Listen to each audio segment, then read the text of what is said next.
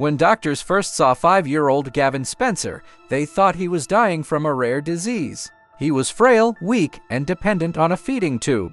His mother, Laura, never left his side, always crying, always documenting every moment, but hidden in those hospital updates was something no one noticed. A secret ingredient that would kill her son one spoonful at a time, the night before Gavin died. Security cameras captured Laura doing something in his room that would shock the world, and when investigators finally watched the footage, they realized the person trying hardest to save Gavin was the one killing him. It started as a heartbreaking story of a devoted mother and her chronically ill son, but behind the photos of hospital rooms and smiling selfies was a horrifying secret no one could have imagined. This is the story of Laura Spencer and her son, Gavin, the little boy she claimed was born sick, and the chilling truth that would later prove otherwise. Laura Spencer seemed like every nurse's dream mom, polite, attentive, always jotting down notes about Gavin's condition. Her son had been in and out of hospitals since infancy, suffering from mysterious stomach problems doctors couldn't explain. To everyone, she looked like a fighter determined to save her boy. But something didn't add up. Each time Gavin improved, something new went wrong. Another seizure, another emergency visit. And always, it happened when Laura was alone with him. Online, she posted every detail of Gavin's struggle, writing emotional updates that drew sympathy from hundreds of strangers. Her posts weren't just about her son's pain, they were about her strength. In 2013, Laura packed her things and moved with Gavin to a small holistic community called Willow Creek Haven. She said the fresh air and organic diet would help him heal. The residents were kind and supportive. They even helped care for Gavin when Laura seemed overwhelmed. But soon, they noticed something strange. Gavin looked completely healthy when he played with other kids. He laughed, ran, and ate normally, yet every time Laura took him back home, he would mysteriously get sick again. Then Laura told them another tragic story, that her fiancé had died suddenly in a car accident.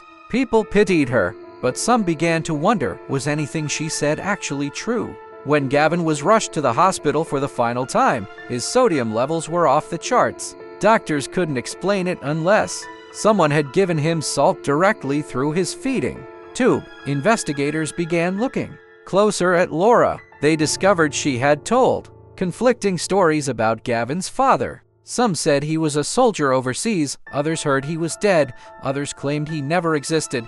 Then, in her apartment, detectives found something chilling, a feeding machine, and several containers of salt hidden behind cleaning supplies. Every thread they pulled led to more lies, new addresses, different names, deleted messages. Laura had been running from something for years. As the case went to trial, the courtroom fell silent when prosecutors revealed the most damning piece of evidence, a hospital surveillance video showing Laura sneaking into Gavin's room alone. Just hours before his condition deteriorated, her defense team claimed she was a misunderstood mother with mental health struggles. But digital forensics painted another picture. Searches like dangerous levels of sodium in children and how to raise hospital alarms fast. Psychologists later suggested she suffered from Munchausen syndrome by proxy, a disorder where caregivers cause illness to gain attention. The jurors watched Gavin's final moments, captured on camera, and broke down in tears. Laura Spencer was found guilty of second-degree murder. Months later, in the same state, another tragedy unfolded. Bryce Ellington, a 21-year-old college student, drowned after being handcuffed on a police patrol boat. His family said he was the kind of kid everyone loved, bright, kind, full of life. The day he died, Bryce was out with friends at a lakeside bar. He'd been drinking a bit, laughing, playing volleyball. Nothing unusual, but an officer arrested him for being intoxicated, and minutes later, Bryce was gone. Witnesses said Bryce was handcuffed and placed in a life vest that didn't fit. When the boat hit a wave, he fell overboard. The officer hesitated to jump in after him. Reports conflicted.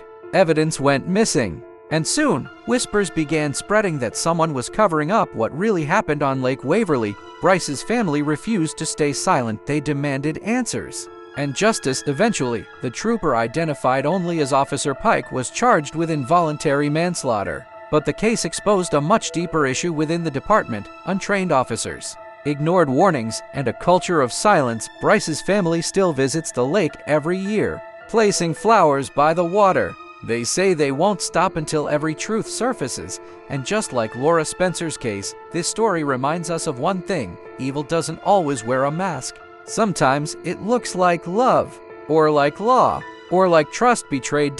So what do you think? Was Laura a broken woman seeking sympathy, or a cold-blooded manipulator? And was Bryce's death an accident, or something far more sinister? If you want to hear more stories like this true crime that twists reality, hit that like button, subscribe, and turn on the bell so you never miss another story.